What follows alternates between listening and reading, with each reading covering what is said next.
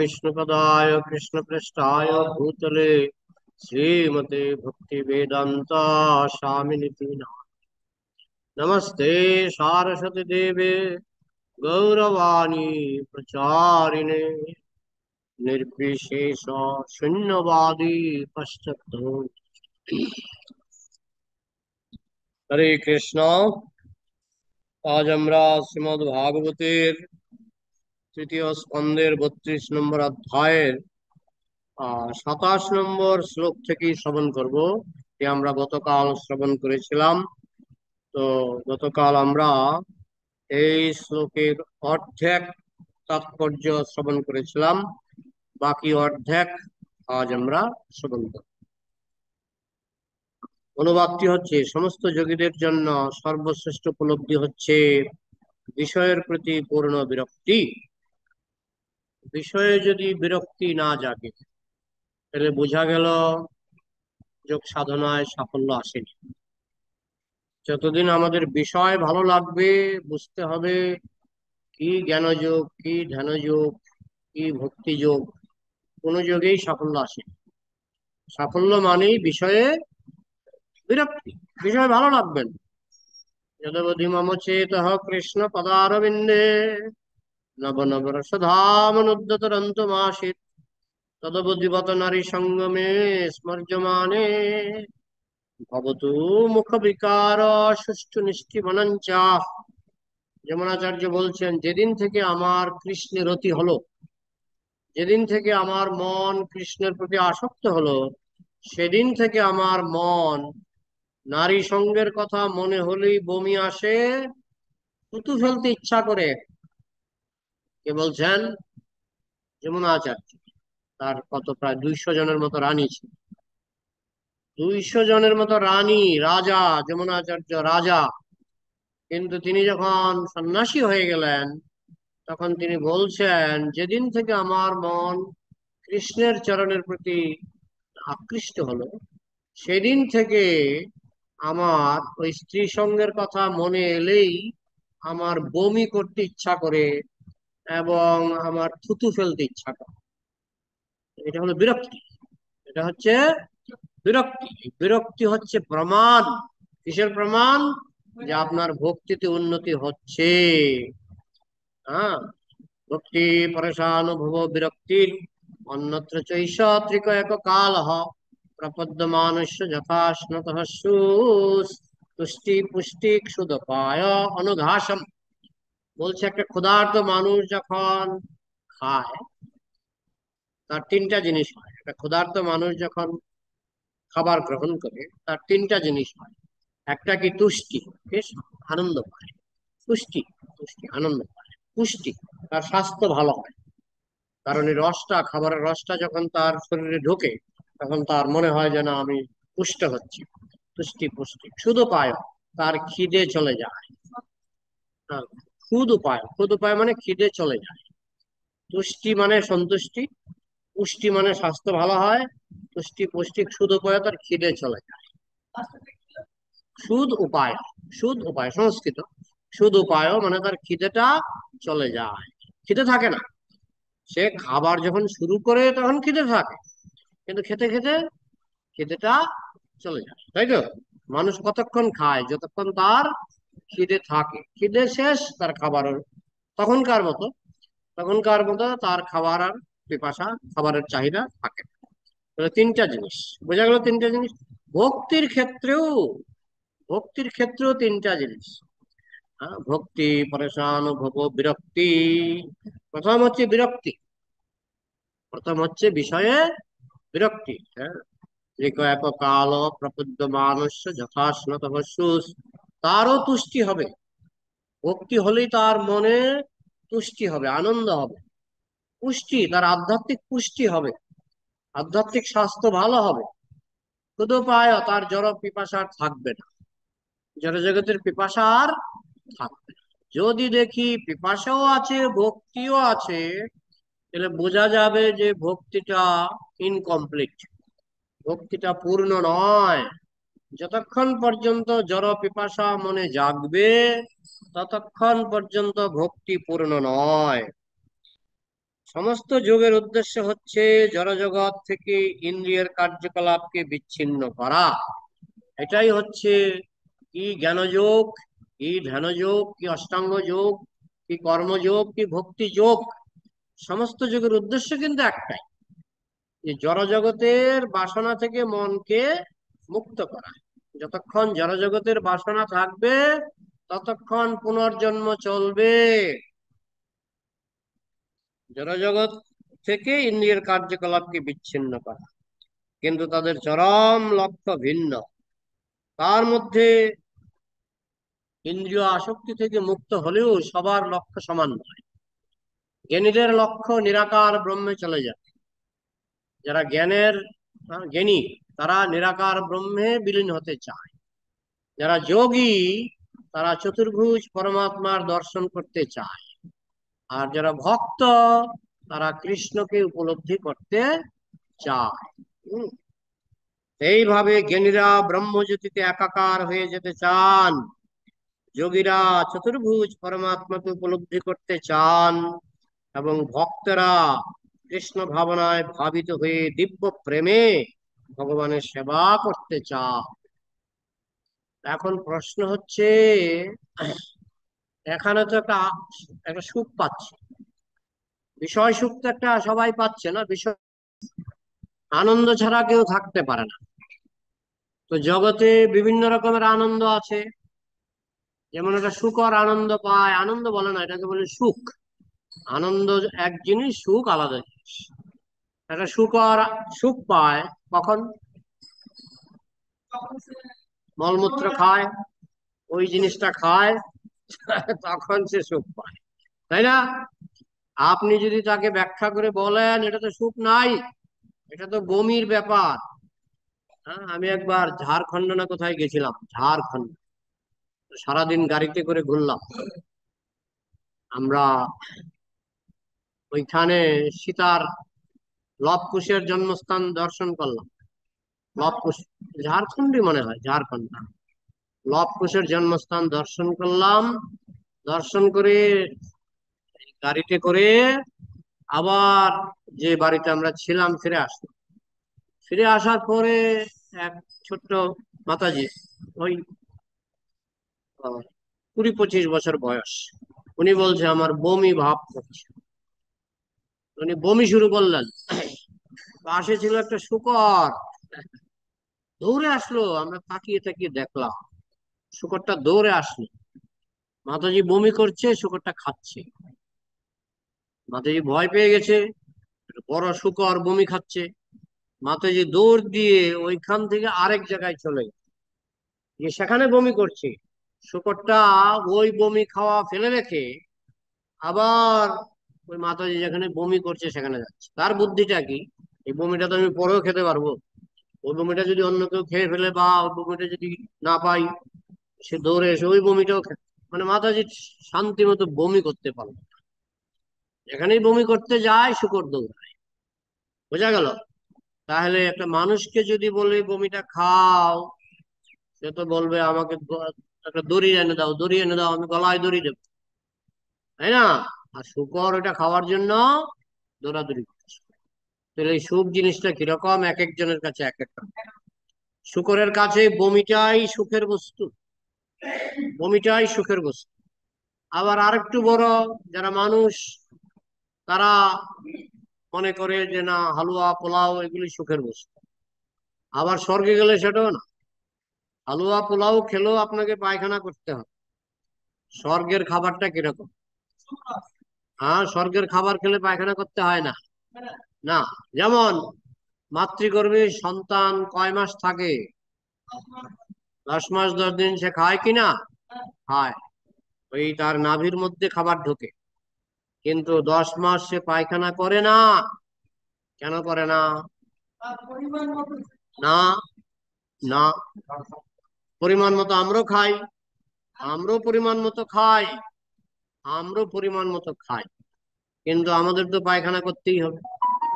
কিন্তু একটা শিশু 10 মাস সেও খায়, মার খাবারটা একটা রসের আকারে তার নাভিতে প্রবেশ করে, সেও খায়, কিন্তু সে পায়খানা করে না। কেন জানেন? কারণ আমরা যেটা খাই, মনে করুন আমরা 50 গ্রাম চালের অন্ন খেলাম, 50 গ্রাম চালের ভাত খেলাম, তার 75% কিংবা 80% ভাত পায়খানা হয়ে বেরিয়ে যায়। আর যে 10% 5% থাকে, ওটা হচ্ছে রস। ওটা কি? রস। ওই রসটা খেলে পায়খানা করতে হয় না। তো শিশু কোনটা খায়? রসটা খায়। মানে মুখে খায় না, নাভি দিয়ে খায়। তো এই জন্য শিশুর 10 মাস পায়খানা হয় না, কারণ ওই রসটা গিয়ে তার শরীরে রক্ত মাংস তৈরি করে পায়খানা। হ্যাঁ, আসল জিনিসটা। স্বর্গে তারা আসল জিনিসটা খায়।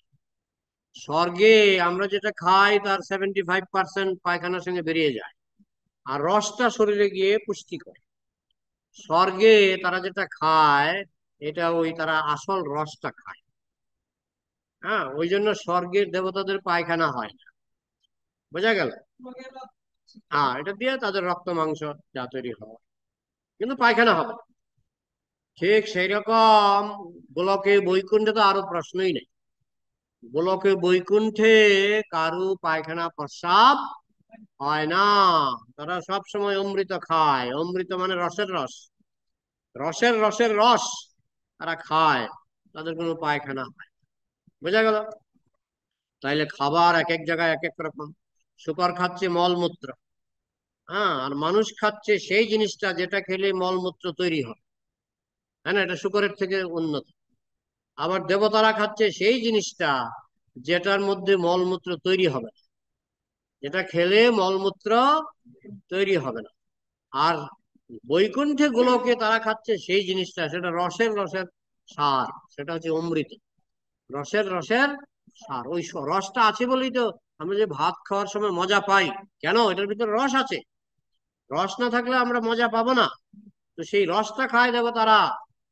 হ্যাঁ, এই জন্য আপনি যদি কোনো দেবতাকে ভোগ নিবেদন করেন, তারা আপনার ভাত খাবে না, তারা রসটা খায়। কথাটা বলেছেন, রসটা খাবে তো। তাদের খাদ্য হচ্ছে রস। তার উপরে যাবেন বৈকুণ্ঠে, এটা রসের সার। হ্যাঁ, অমৃত, রসের সার। বৈকুণ্ঠে গোলকে তারা যে খাবার খায়, ও পায়খানা হওয়ার প্রশ্নই ওঠে না। পায়খানা হওয়ার প্রশ্নই ওঠে না। তারা শুধু আনন্দ পাবে। তাদের মলমূত্র ত্যাগ হবে না। তাহলে এই যে স্তর ভেদে খাবারের ফারাক, এক এক জায়গায় এক এক রকম খাবার। হ্যাঁ, একটা কাক, সে কপ খেয়ে আনন্দ পায়। কপ খেয়ে সে আনন্দ পাচ্ছে। হ্যাঁ, আপনি কপ ফেলে দেবেন, পুকুরে গিয়ে কপ ফেলবেন, দেখবেন কতগুলি মাছ দৌড়ে এসে খেয়ে নেবে। মাছ খায় না একটা জিনিসের নাম বলুন, যে মাছ খায় না। মাছ খায় না এমন একটা জিনিসের নাম বলুন। কি খায় না মাছ? হ্যাঁ, কি? সব খায়। সব খায়, সর্বভুক। মাছের নামই হচ্ছে সর্বভুক। সে কাঠও খায় ফেলে। আপনি কাঠ, গুড়া গুড়া কাঠ ফেলে দেন, সে গিলে খেয়ে ফেলে। সে মাটি খায়। এই যে নদীর মধ্যে মাটি থাকে না, অনেক সময় খিদে লাগলে খেয়ে নেয়। গাছ খায়, পায়খানা খায়, মরা মানুষ খায়, মরা গরু খায়, মাছ সব খায়। এই জন্য মনুসংহিতায় বলা হচ্ছে, তুমি মাংস খাও ভালো, মাছটা খাবে না। মনুসংহিতায় বলা হয়েছে মাংস খেলে অত দোষ নাই, মাছ খেলে বেশি দোষ। মাছ খেলে বেশি দোষ, কারণ মাছ মরা মানুষ খায়, মরা গরু খায়। মাছ খায় না এমন কোনো জিনিস নাই। সব প্রাণীর খাবারের বাছাবাছি আছে, মাছের খাবারের বাছাবাছি নাই। মাছ কাদামাটিও খেয়ে ফেলে। হ্যাঁ, নদীর কিনারে লেট্রিন থাকে না, পায়খানা, ওই মাছ সেখানে ভিড় করে পায়খানা খাওয়ার জন্য। বুঝেছেন? মাছ সব খায়। এই জন্য বলা হচ্ছে মাংস খাওয়া ভালো, মাছ খাওয়া খারাপ। হ্যাঁ, আর মানুষ বুঝে উল্টা। মানুষ কি বলে, আমি মাংস খাই না, অনেক আছে মাংস খাই না, মাছটা একটু খাই।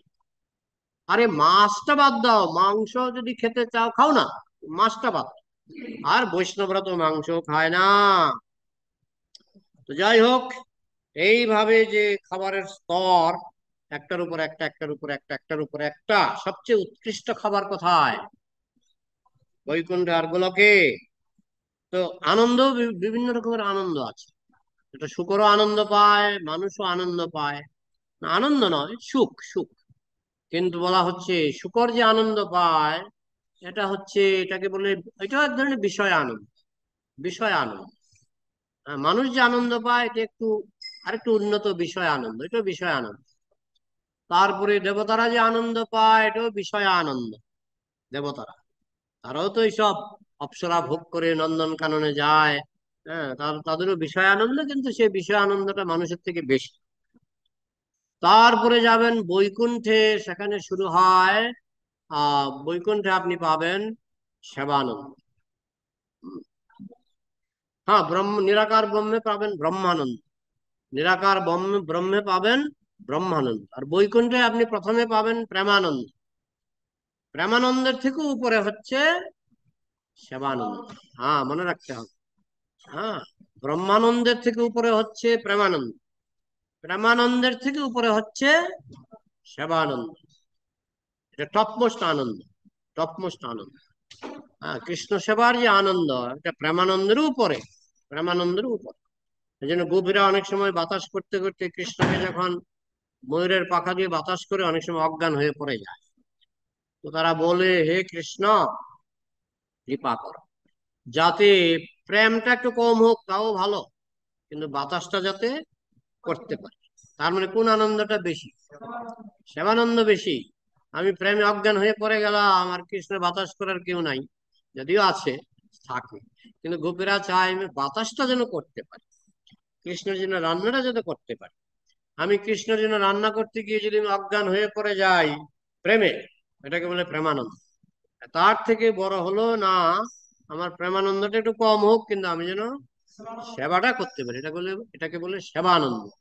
বলা হচ্ছে জগতে যত রকমের আনন্দ আছে, বিষয় আনন্দ, ব্রহ্মানন্দ, প্রেমানন্দ, সেবানন্দ, সবার উপরে কোনটা? সেবানন্দ। সেটা গোলকে গেলে পূর্ণ মাত্রায় পাওয়া যায়। সেই প্রেমময়ী সেবাই হচ্ছে ইন্দ্রিয় সংযমের সিদ্ধ অবস্থা। তো মানুষ ইন্দ্রিয় সংযম করতে পারবে সেই দিন, যেই দিন সে প্রেমানন্দ সেবানন্দ পাবে। যদি প্রেমানন্দ বা সেবানন্দ না পায়, ইন্দ্রিয় সংযম করতে পারবে না। একটা বাচ্চা ছেলে সাবান খায়, এই যে বাচ্চা আছে না, কুলের বাচ্চা, হামাগুড়ি দেয়, হামাগুড়ি। সে সাবান খায় না মাঝে মধ্যে? কেন? কেন? কেন সাবান? না, সেই জন্য না, সেই জন্য না। কাগজও খেয়ে ফেলে। একটা বাচ্চা ছেলে হামাগুড়ি দিয়ে কাগজ খেয়ে ফেলে, তখন মা মনে করে, মা বুঝতে পারে এর দুধ খাওয়ার সময় হয়েছে, খিদে পেয়েছে, তখন মা এসব কাগজ টাগজ মুখ থেকে বের করে দুধ খাওয়ায়। দুধ যদি কানায় কানায় একদম আকণ্ঠ খেয়ে নেয় গলা পর্যন্ত, এরপরে ছেড়ে দেন, এরপরে ওইসব আর করবে, ওই সাবান খাওয়া, কাগজ খাওয়া, এইসব করবে। ঠিক তেমনি মানুষ যদি প্রেমানন্দ সেবানন্দ কানায় কানায় খেতে পারে, প্রেমানন্দ আর সেবানন্দ যদি কানায় কানায় খেতে পারে, তাহলে কি হবে? এই বিষয়ানন্দ আপনাকে আকর্ষণ করবে না। এটা মানুষ কেন, এটা বাঘ। অনেক সময় আপনি সামনে দিয়ে হেঁটে যাবেন, বাঘ আপনাকে আক্রমণ করবে না। এটা আমার কথা নয়, আপনি দেখবেন অনেক জায়গায় লেখা আছে। আপনি সামনে দিয়ে হেঁটে যাবেন, বাঘ আপনাকে আক্রমণ করবে। কি বুঝবেন বলুন তো? পেট ভরা আছে। ও এমন ভাবে ওকে খাওয়ানো হয়েছে যে একেবারে, বিশেষ করে চিড়িয়াখানায় বাঘকে একেবারে আকণ্ঠ খাইয়ে দেয়। তারপরে বাঘের সামনে দিয়েও যদি আপনি যান, তো কিছু করবে না। হ্যাঁ, কিন্তু যদি আর পেটে খিদে থাকে, দৌড়ে এসে আপনাকে আক্রমণ করে। ঠিক তেমনি আধ্যাত্মিক জীবনে যতক্ষণ আপনার প্রেমের খিদে থাকবে, ততক্ষণ আপনার এই বিষয়ে মন যাবে। আর যখন প্রেমের খিদে কানায় কানায় পূর্ণ হয়ে যাবে, তখন আর বিষয়ে মন যাবে না। আমাদের কর্তব্য কি? আমাদের কর্তব্য হলো প্রেম, প্রেম গ্রহণ করা, প্রেম বিকশিত করা, সেবানন্দ আস্বাদন করা। ওইটা যতদিন আমরা না পাবো, ততদিন আমাদের ওই সাবান খাওয়ার ইচ্ছা হবে, এই জড়জগতের নিকৃষ্ট বস্তু আস্বাদন করার ইচ্ছা হবে। হ্যাঁ, কিন্তু যখন আপনার প্রেমানন্দ আস্বাদন হয়ে যাবে, তখন আর এই জড়জাগতিক বস্তুগুলি আপনাকে বিচলিত করতে পারবে না। বিষয়া বিনিবর্তন্তে নিরহারস্য দেহিনা রসোবর্জং রসপ্রিয়স্য পরং দৃষ্টা নিবর্ততে। সেই প্রেমময়ী সেবাই হচ্ছে ইন্দ্রিয় সংযমের সিদ্ধ অবস্থা। প্রকৃতপক্ষে ইন্দ্রিয়ের সক্রিয়তা হচ্ছে জীবনের লক্ষণ। সুতরাং ইন্দ্রিয়ের কাজ আপনি বন্ধ করতে পারবেন না। অনেকে বলে, মায়াবাদীরা বলে, চোখ আছে, বন্ধ করো বন্ধ করো, চোখ বন্ধ করো, কিছু দেখবে না। বৈষ্ণবরা বলে, বৈষ্ণবরা বলে চোখ আছে, প্রাণ ভরে কৃষ্ণের রূপ দেখো। হ্যাঁ, জনম অবধি হাম রূপ নিহারলা, নয়ন তিরপিত ভেল। সারা জীবন ধরে আমি কৃষ্ণের রূপ দর্শন করলাম, এখনো আমার নয়ন তৃপ্ত হলো না। হ্যাঁ, তাহলে চোখ। কর্ণ, মায়াবাদীরা বলে কর্ণের ভিতরে তোলা গুজে দাও, দিয়েছে, কর্ণের ভিতরে তোলা গুজে দাও। কে বলে? মায়াবাদীরা বলে কর্ণের মধ্যে তোলা গুজে দাও। বলে কেন? আর মানুষ কথা বলে, এইসব কথা কানে ঢুকবে। কিন্তু বৈষ্ণবরা বলে কান খুলে দাও। কান খুলে কি করো? হরি কথা শোনা।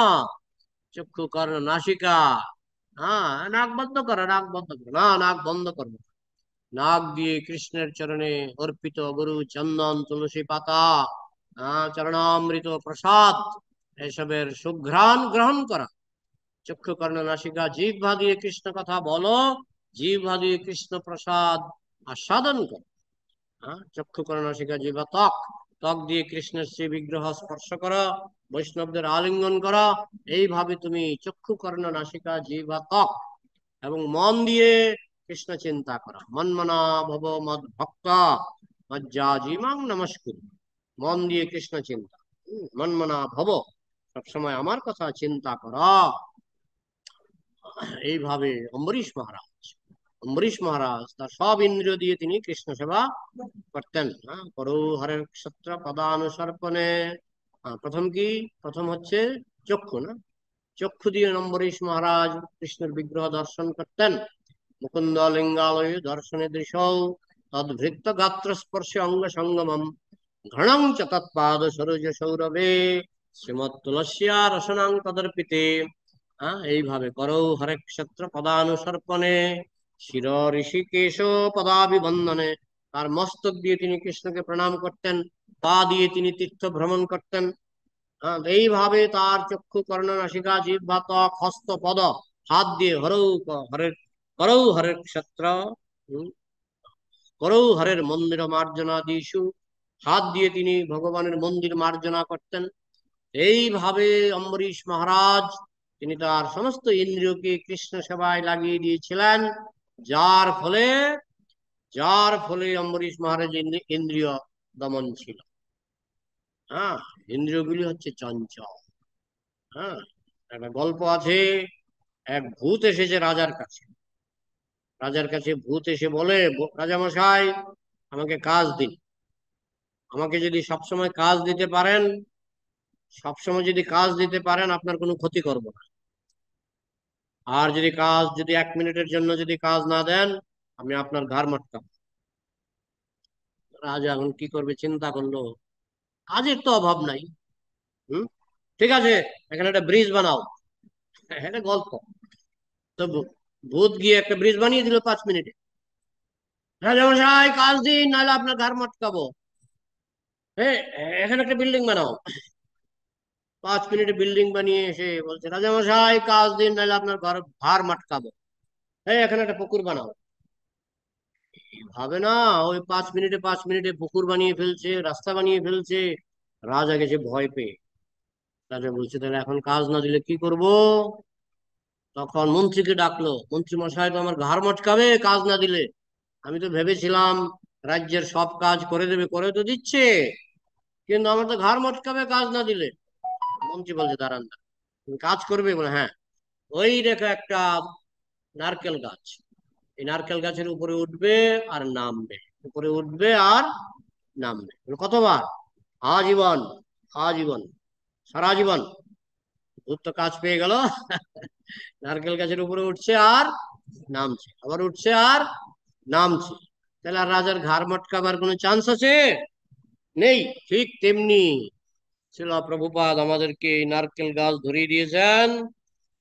এই নারকেল গাছটা ধরিয়ে দিয়েছেন, এটার উপরে উঠতে হবে, আবার নামতে, আবার উঠতে হবে, আবার নামতে হবে। কয়বার? কয়দিন?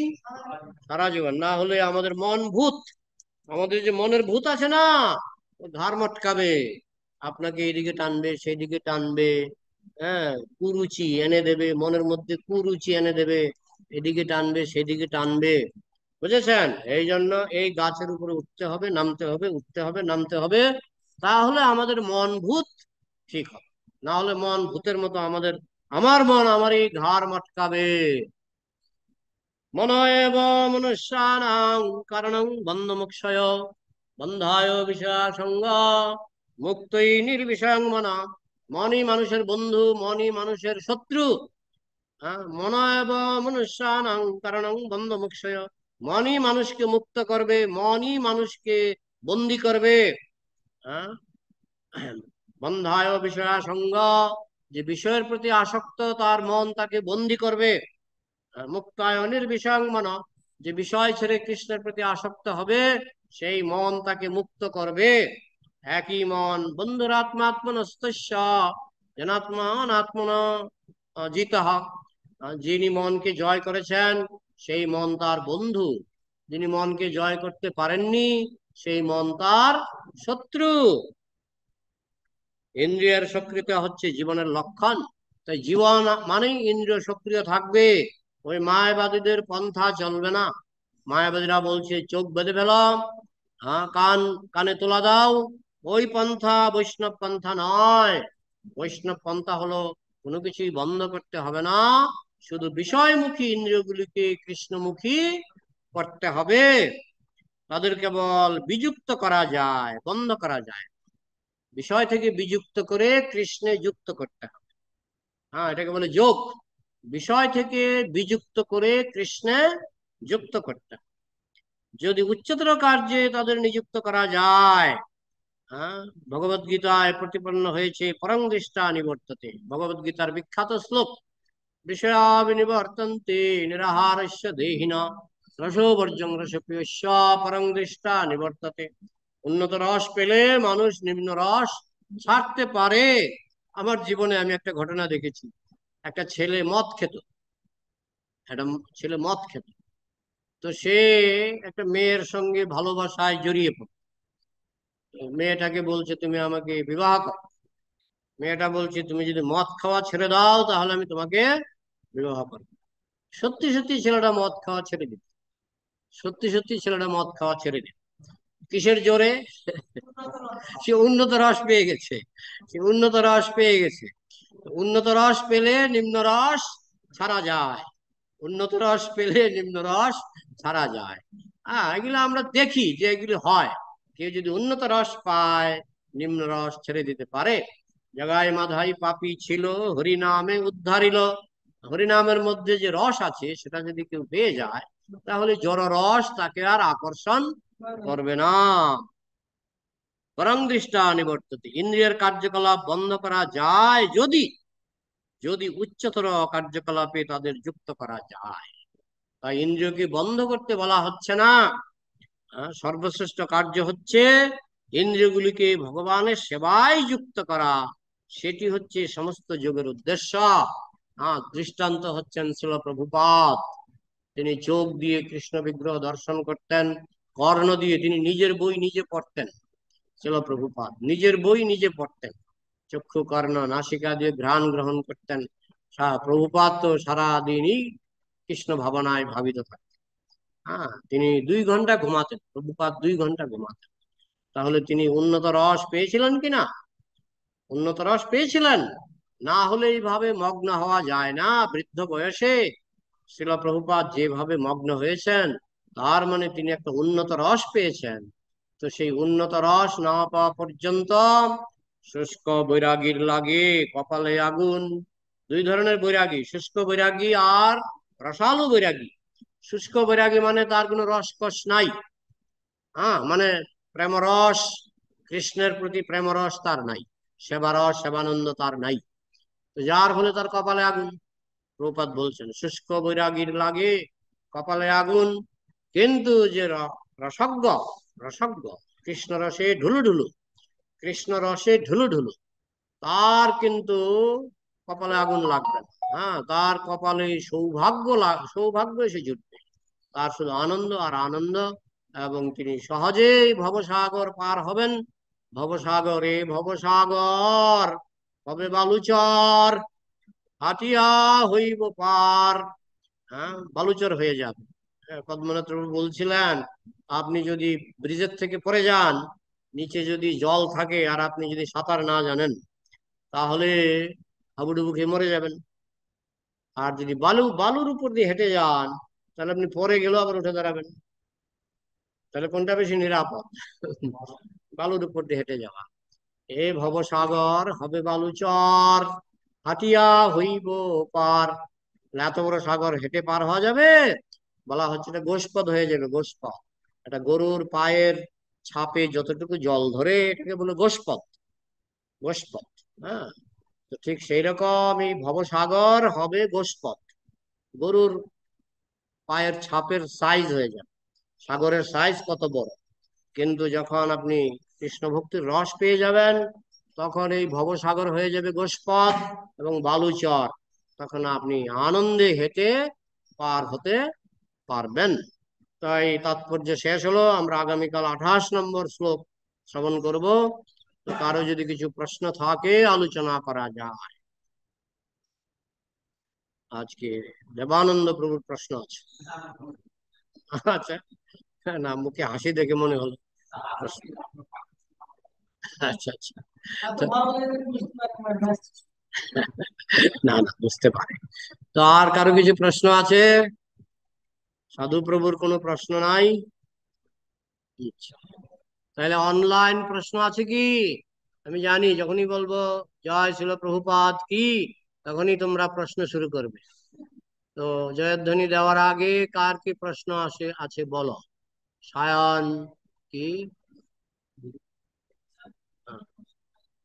হ্যাঁ, সায়নজিৎ, মৌমিতা মাতাজি, মাধাই, অনন্যা, নিশিতা। আজকে 10 জন। হম, 10 জনে আমার পোষাবে না। হ্যাঁ, প্রশ্ন আছে প্রভু? কি প্রশ্ন?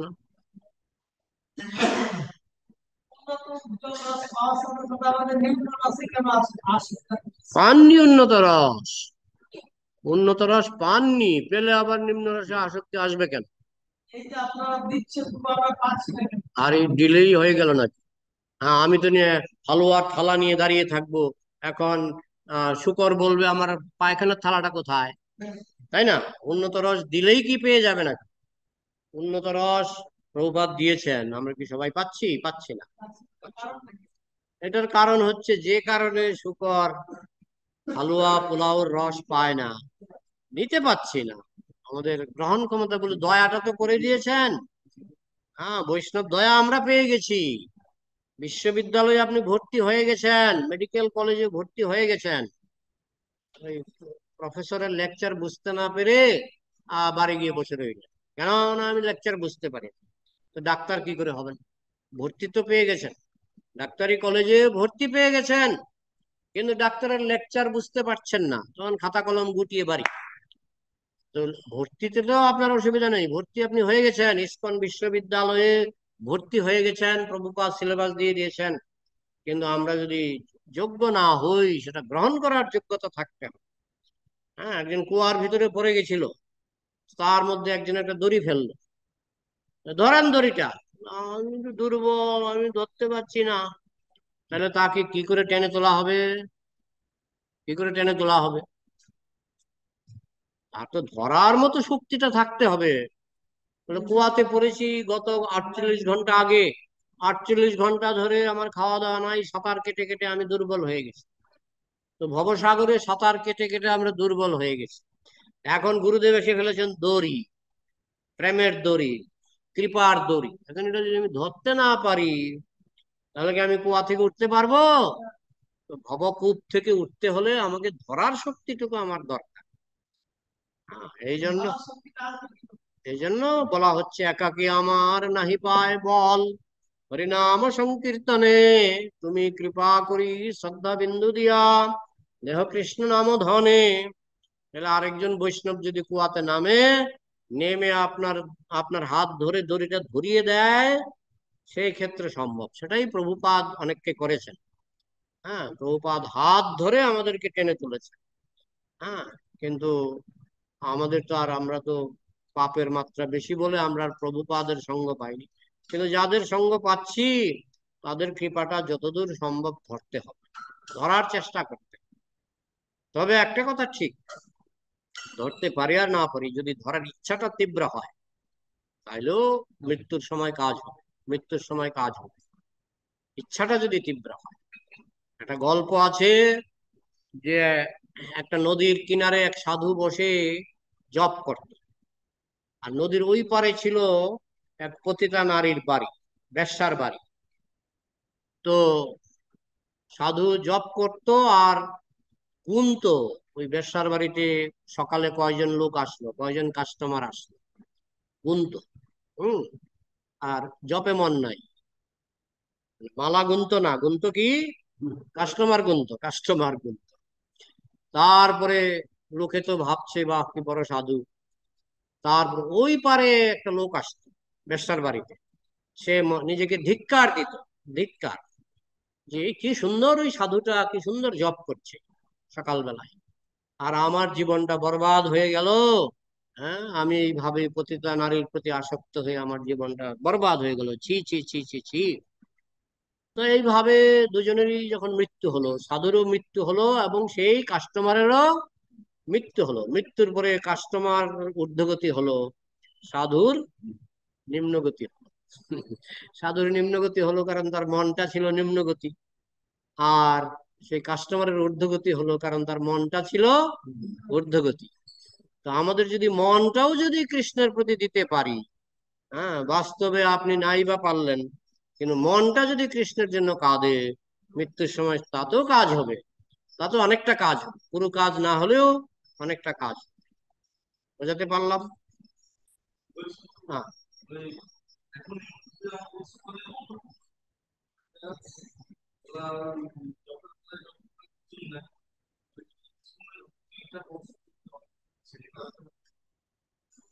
না, এটা তো আমরাও তো সমুদ্র স্পর্শ করি না তো আমরা। আমি যে জব করি, আমাকে যেভাবে শেখানো হয়েছিল, আমি যখন এনডিপি, এনডিপি মানে নতুন ভক্ত কোর্স, নতুন ভক্ত কোর্স 3 মাস আমাদের করতে হতো। তো আমাকে বলেছিল এটা ধরবেন না, এটা ধরবেন না, এই মোটা মালা থেকে শুরু করবেন। হ্যাঁ, জয় শ্রীকৃষ্ণ চৈতন্য প্রভু নিত্যানন্দ শ্রী অদ্বৈত গদাধর শিবসাদি গৌর ভক্তবৃন্দ, মোটা মালা তো প্রথম মোটা মালা। সেখানেই হরে কৃষ্ণ কৃষ্ণ কৃষ্ণ হরে হরে, হরে রাম রাম রাম হরে হরে। এই করে করে আপনাকে আসতে হবে, এসে মোটা জায়গা থেকে চিকন দিকে চলে আসবে। এটা ইউর মতো হবে, ও হবে না। যে আপনি সুমরের গুটি স্পর্শ করেন, এটা ও হয়ে গেল, ও, ইংরেজিতে ও আছে না। আর ইউটা কিন্তু এটা, এটা মাঝখানে ফাঁক থাকে, তার মানে সুমেরু গুটিটা আমরা ক্রস করবো, ক্রস করলে কিন্তু ফাঁকটা বন্ধ হয়ে যাবে। হ্যাঁ, এটা ইউর মতো হবে, ইউটা। হাত দেওয়ার দরকার কি, না, এটা তো ইয়েতেই, মোটা গুটিতে, মোটা গুটিতে। আমরা তো আমাদের এইভাবে শেখানো হয়েছে।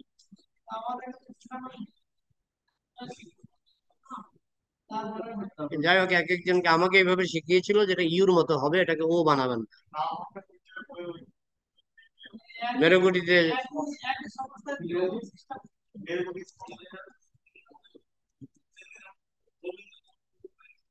যাই হোক, আমাকে যেভাবে নিউ ভক্ত প্রোগ্রামে শিখিয়েছিল 40 বছর ধরে আমি সেইভাবেই করে আসছি। তবে আমার মনে হয় এটা খুব মারাত্মক কিছু নয়, মারাত্মক কিছু নয়। আপনি তো শ্রীকৃষ্ণ চৈতন্য পঞ্চতত্ত্ব মন্ত্র তো করছেন, আর 16 মালাও করছেন। এটা মারাত্মক কিছু হবে না। তবে আমাকে এইভাবে শিখিয়েছিল বলে আমি এইভাবে করছি।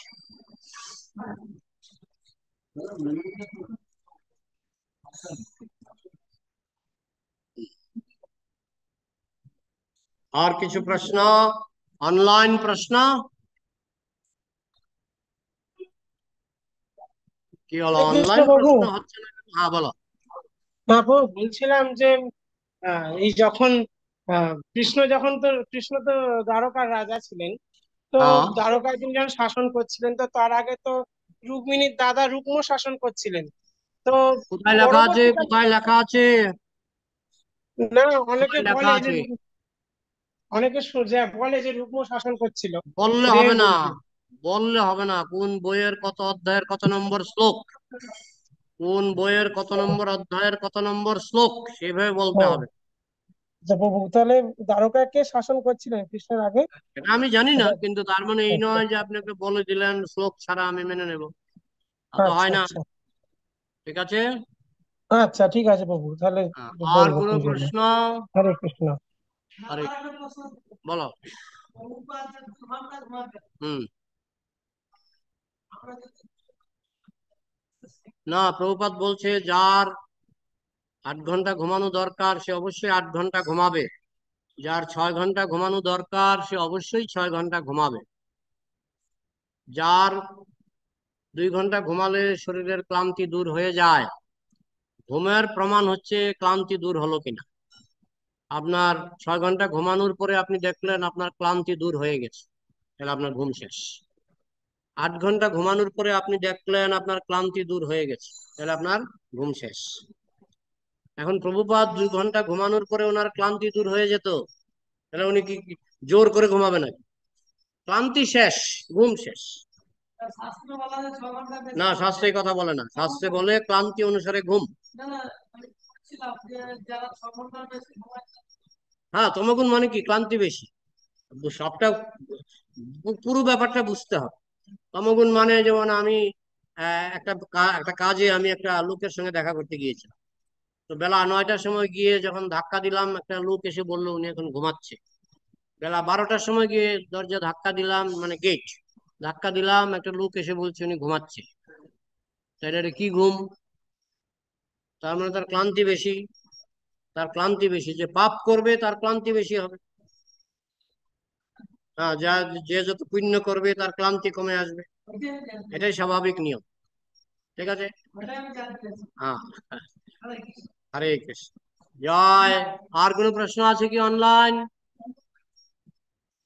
তাহলে রাখছি। জয় শিল প্রভুপাদ কি। সমবেত বৈষ্ণব ভক্তবৃন্দ